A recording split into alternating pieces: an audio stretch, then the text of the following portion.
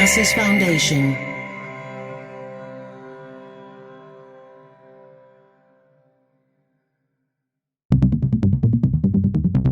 Dublab.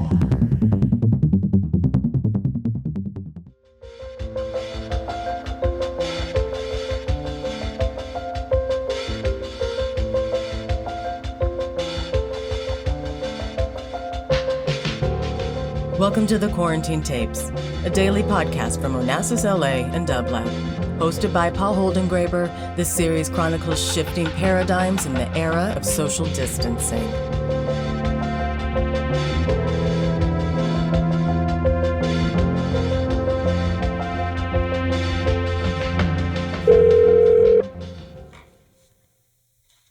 Hello. Hello, could I please speak with Jackie Goldberg? Speaking. Who's calling? This is Paul Holdengraber calling you from the Quarantine Tapes. Thank you so much. Hi, how are you doing? Nice to talk to you. Nice to talk to you. I'm so pleased that you could find a moment in this very troubling time to take this call and to be a voice on the Quarantine Tapes. Thank you very, very much indeed.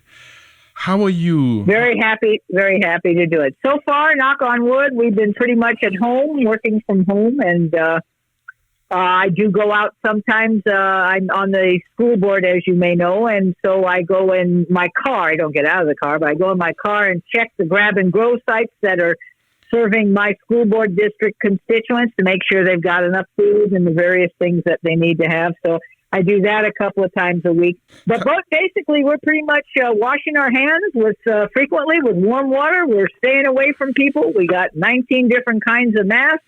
And we're not happy to be home all the time, but we're doing it because we're both in this household are both in our 70s. And so I'm 75, my partner's 77. We don't think it's a good idea for us to be out too much right now. The grab and go you were talking about, is that the food that is provided to the how many million students? Well, we have about 500,000 students. We are feeding not just the students. We're feeding anybody who comes up. We made a decision relatively early on that we were not going to tell parents who lost their jobs in this pandemic that you don't get to eat, you just got to watch your kids eat. Or you have to lie and say that you have more kids than you have. Or you have to bring all your kids that you're getting food for in your car so we can count them. We thought that was nuts. So we didn't do it.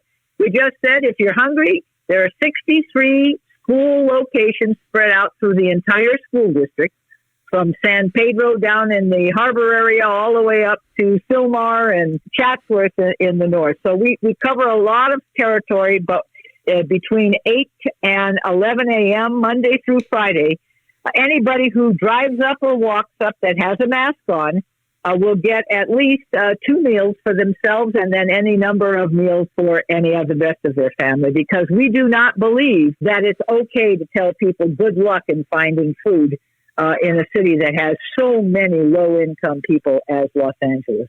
Is this a decision you made? It's a decision that I made along with other board members and the superintendent of schools, but it was a decision that I pushed for very early on. Was it because hard? I represent an awful lot of poor people. I know. Was it hard to convince people that this was the right thing to do? No. Everybody immediately agreed with everybody else.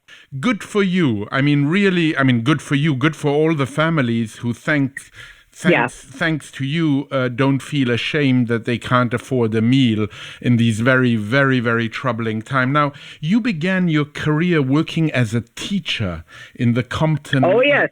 In the Compton Unified School District. That's after I came back to California. I first started out in Harvey, Illinois, which is a southern Cook County school district, because I was getting my master's degree and my teaching credential at the University of Chicago. But yes, when I came back to LA, I started teaching in Compton, and I spent the next 18 years there. And what did that teaching high school? I loved it. What did that experience teach you? What did that love of teaching high school teach you? When you think about it, Jackie, now looking back, what are some of the moments which you might even call epiphanies from those moments that stay with you now? Oh, there's so many. Give me three. Give me three. I'll give you three. I'll give you one young woman. Even four. Okay, one young woman who was my very first year in Compton, who was a senior in a class called Modern World and the Humanities, and she just felt like she could not learn how to do a social science research paper. She kept saying, I can't get it done, I can't get it done. And so we formed a little group of two of her friends and me, and she began to develop the confidence in herself that she was very bright. She just didn't think she was. And she didn't think she was because she was an African-American young woman who had inhaled and inherited and had believed the trash that kids like her really couldn't do serious college prep work.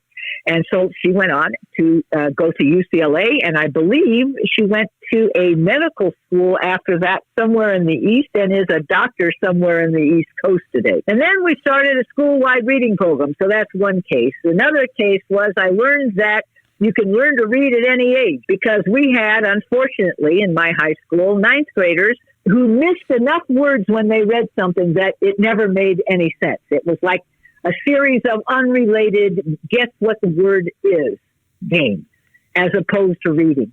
And so we reorganized our school. We made two schools. We made a school for the kids who needed serious reading help and everybody else.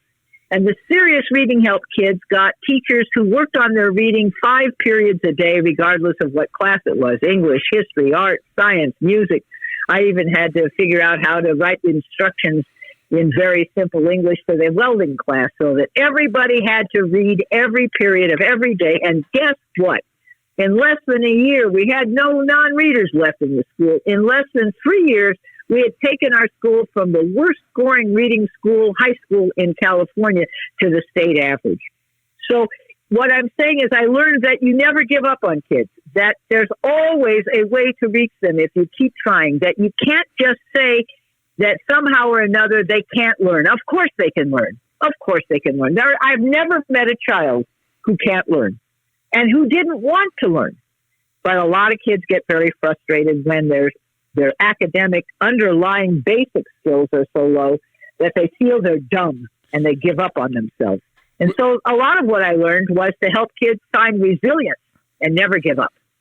What made you, Jackie, want to, from these 18 years of what, I mean, even hearing you talk about it is so inspiring and exhilarating. One really feels you nearly in that classroom, changing the way. Yes. I'm there with you. But what made you want to transition from teacher to member of the school board? And also, what did you hope to change? And perhaps even, what do you think you managed to change? Well, this is my second time on the school I know. board. The first time I was on the school board was from 1983 to 1991, and I ran because it was a time in which people were trying to defeat the idea that desegregating the schools was a good idea. They were fighting and crazy fighting against it. And so I and a bunch of other people started a group that said, yeah, we're all for desegregating schools. And by the way, we're white parents and black parents and brown parents and Asian parents. And we want our kids all to go to school together. Well, oh my God, you should have heard that mess. Everybody said, you've got to be kidding me. We're trying to get rid of that. And so an organization began called Bus Stop, and it ran people for the school board, and it took over the school board. So that they, on the school board, were fighting the court case against themselves, saying, yeah, we agree. We don't want to be doing this. Let's not do this. Let's not do this. So I decided I didn't decide. I actually got talked into running because I was a part of a small organization called the Integration Project. And we were parents and community members who supported desegregating the schools because we felt that all children learned better when they were learning that there are many different kinds of people in the world and you get to go to school with lots of them. So we were integrationists. Creating, in a way, a sense of community rather than creating a club. Yes, exactly. And so out of that group, we decided to run against one of the school board members because he had been appointed when one of the other ones resigned to move out of state. And I said, we can knock this guy off. And it happened to be where I lived because they were in districts. So you had to live in the district. And so good, bad, or indifferent, I was one of the people in the integration project who lived in the district. And we fought over who had to do this, and I mean that seriously. Nobody wanted to. And I lost and won, if you know what I mean. I lost in that I didn't want to do it, but I did it. And at that time, the school board member was considered noblesse oblige. You didn't get paid. You got $1,000 honorarium each month. That's what you got. So I had managed to find the only job that paid less than teaching in Compton. That was in education. I don't know how I got so lucky. And also, you got no staff. You got one very, very skilled executive assistant that was a civil servant. You didn't get to pick them, and you got no staff. And you represented about 400,000 constituents. Goodness. With no staff. And no pay. But what did I go on to do? I went on to do several things. I went on to say that we should never give up on kids who can't read very well because of the experiences I had just finished. I ran to try to say that school desegregation is not something you should fight like it's death, but you should embrace it and understand that if we are all learning together, we are all going to make a much better, healthier society, because we're going to know if that African-American kid was a schmuck, it was just because he was a schmuck, not because he was black. Or if that white person was an idiot, it was because they were an idiot, but not because they were white. And that's the real value of school desegregation. It's not that kids of color learn better with white kids. That's crap. It's that we learn that there are lots of different kinds of people in the world, and the ones we like and the ones we don't like has nothing to do with their race or ethnicity, but how they behave. Right. And what their values are. Which is tremendously important in the current atmosphere. Oh, yeah. Tremendously important in the current atmosphere. But I also want to talk to you about funding for education in California, which reading up on it is shockingly low for reasons that are perhaps not unrelated to race. And you've said the fact is public school funding in California was the highest when the schools were the whitest. Yes, absolutely true. I grew up in California. I'm 75 years old. We didn't want for anything at my high school. Classes were small. We had counselors. We had field trips. We had extracurricular activities. We had a band, an orchestra. We had drama. We had every type of athletic sport that you could imagine. The only thing I would say is that girls weren't treated so well back then, but our athletics were seen as stupid and dumb and not supported. But other than that, it was a great time to be in high school in California, man. They spent money on you. And, going to Berkeley was free. I went to UC Berkeley and paid no tuition. I know. And nada. And what was so interesting about reading about your days at Berkeley, you were part of the free speech movement. What did the civil rights movement. Yeah, what did the free speech mean to you at the time? And what can schools do today to encourage free speech? Well, the McCarthy era was still at its tail end. We had the big HUAC demonstrations in San Francisco against the Un-American Activities Committee. We had all this was just before I went to Cal.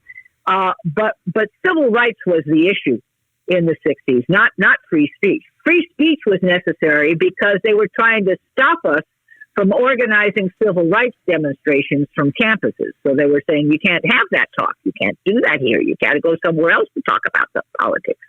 This is a space that's politics free. It's independent of politics. Of course, it was political people who were pushing the regents to tell us that it was to be apolitical, right? That was all politics that made that decision, right? But they were claiming they wanted to keep the school an ivory tower, as I believe the expression was. Yes. Well, nothing could, of course, been further than the truth. So most of us, the year before the free speech movement, were involved in the civil rights movement with a extraordinary African-American young woman leading something called the Ad Hoc Committee to End Discrimination.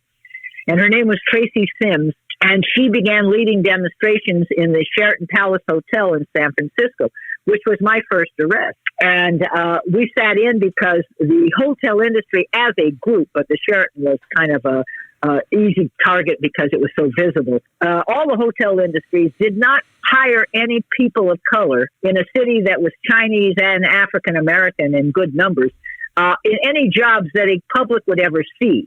So that meant you couldn't be a bellhop, which got tipped. You couldn't serve food, which got tipped.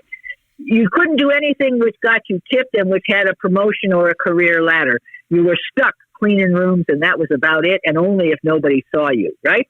So that was a huge problem, and we sat in, and we actually, after about 800 of us were arrested, although interestingly enough, to tell you the difference in the times, only 17, I think, or 19 of us were women out of the several hundred arrested. So what you have is a situation, even though the leader of this was a woman, a really dynamic and brilliant young strategist.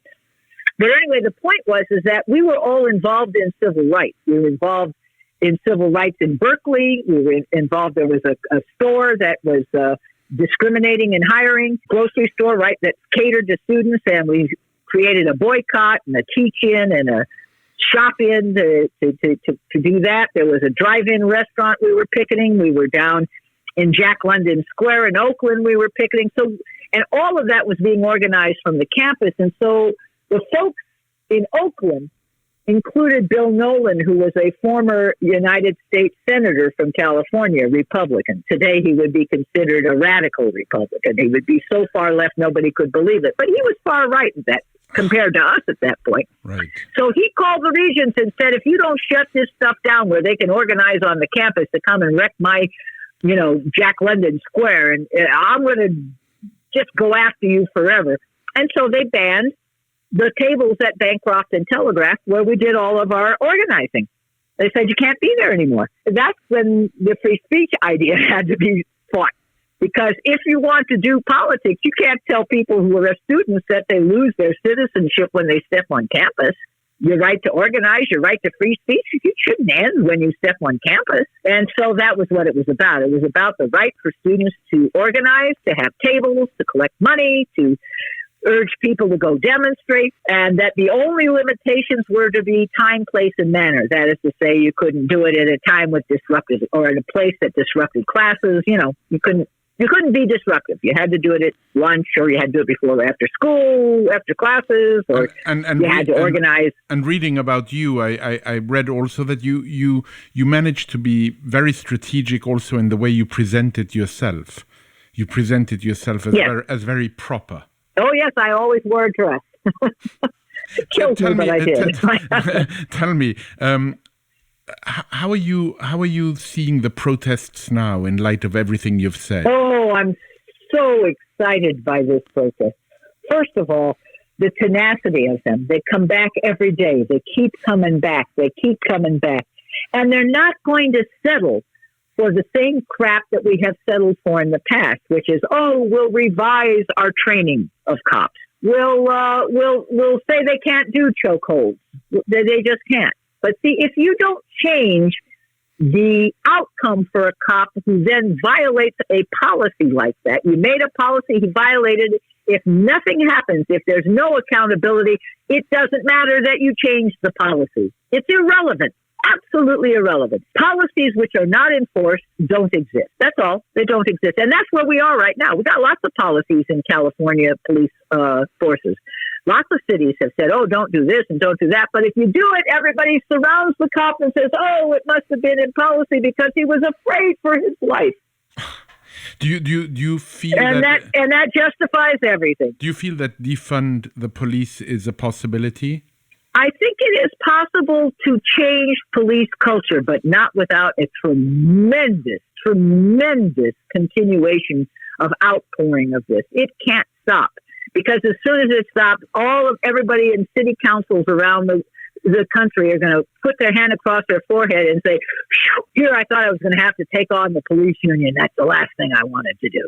So people in cities are saying all kinds of words, but they're not going to do anything that's meaningful if they do not hold people accountable, and they won't hold people accountable unless the kinds of pressure that they're getting now is continued. And here's why this pressure is different than the past. I did all of these same demonstrations for these same reforms in the 60s, in the 70s, in the 80s, in the 90s, in the 2000s. We never got the kind of level of participation we are getting now. I think that white people, I'm very hopeful. I'm hopeful that we will take a leap. I'm not hopeful that we'll cure everything, because it ain't going to happen that way. But I'm hopeful we'll take a leap. And Karen Bass's 7 points in her legislation that she put into the House of Representatives is exactly what is required. You have to take out this limited immunity. You have to say that you can't hide your number of times there have been complaints against you with these so-called police officers' bills of rights. We can't let you have choke holds, neck holds. We don't want you to use tear gas, which, by the way, until World War II, about 10 years after World War II, what we now call it tear gassing. It's not tear gas. It is literally a banned poison gas from World War II, when we banned poison gases.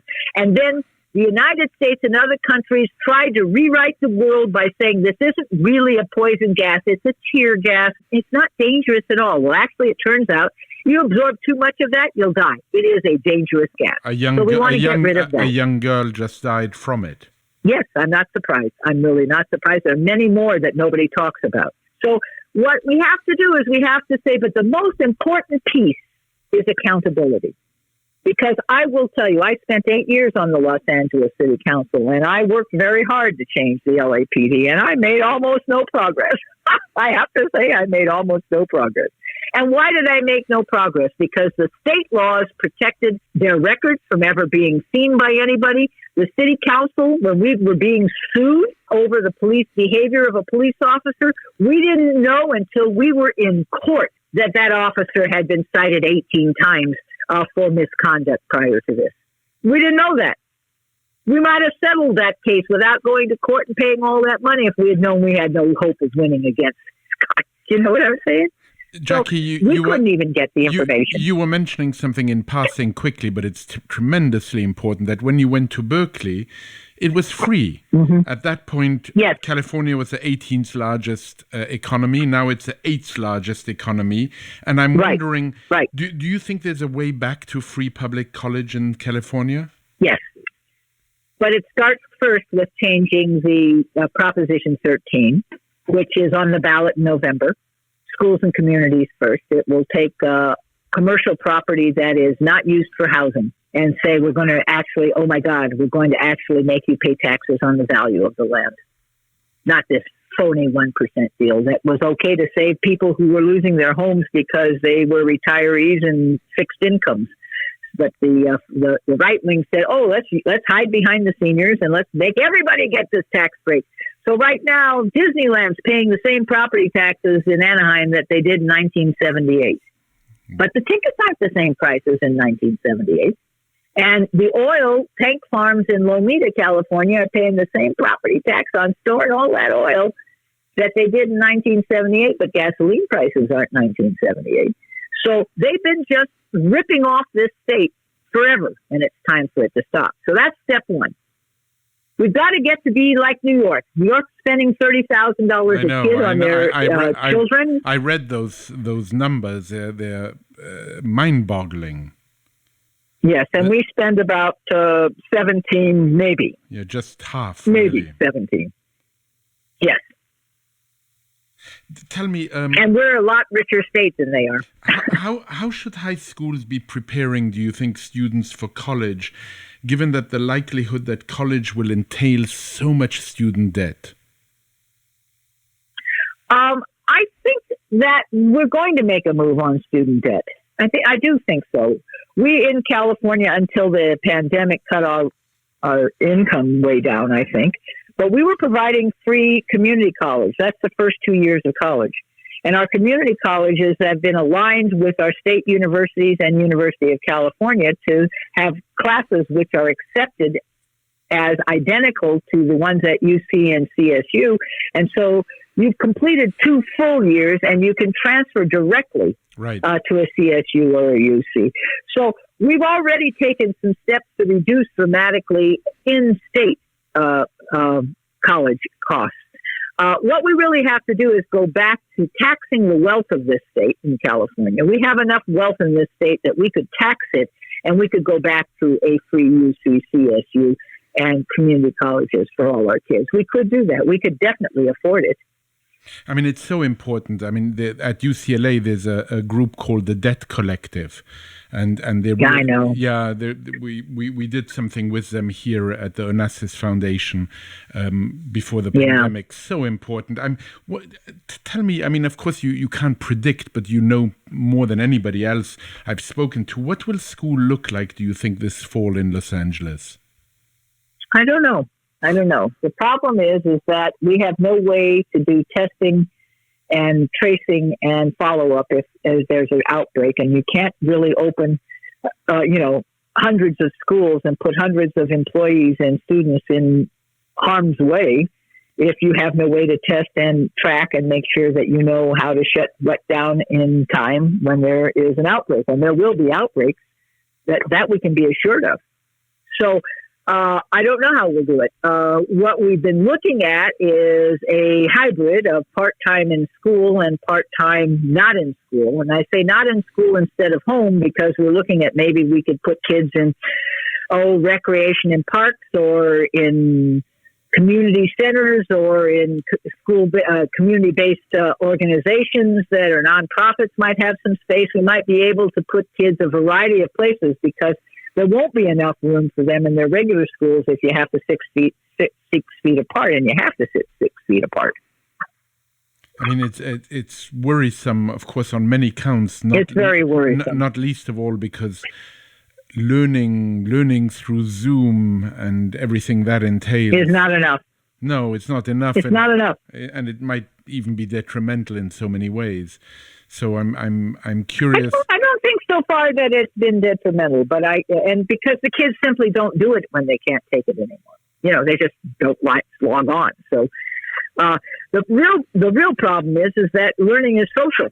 Right. And it involves interactions. We need to read faces. And we learn from each other. We need to read faces. Right. We need to read expressions. We need to see, how somebody reacts. We need to have conversations, not on a screen. And one of the worrisome things is we spend already so much time on screens. Do we need to spend more time? Which leads me to another question, which really happens in a community, which is really, as we end this conversation all too soon, I might say, what kind of civics should students be learning in public schools? Well, the real future of public education and even private education is something that's called community schooling. And the community schooling says, let's stop looking at low-income communities as being a problem and instead see what the assets are in that community. And what assets are at schools, and what assets and what needs are there in the community, and what needs are there in the school. And let's have the school and the community get close together and work together so that perhaps we'll have school open 14 hours a day so that parents can come there if they don't have food. They can come and cook collectively together, or they can come and hold meetings about how to force real grocery markets to come into what we call food deserts. They don't bother opening up in low-income neighborhoods. Shame on them. So there are lots of problems in the community, and we think if the school and the community get close and tied up and closer together, and we've already started doing that with about 12 schools, and several others have done it just on their own. If we begin to look at that community schooling model, we might end up with something which civics is like literally built in. Right. Literally. Well, Jackie, I can't tell you how much I've enjoyed speaking to you. Both my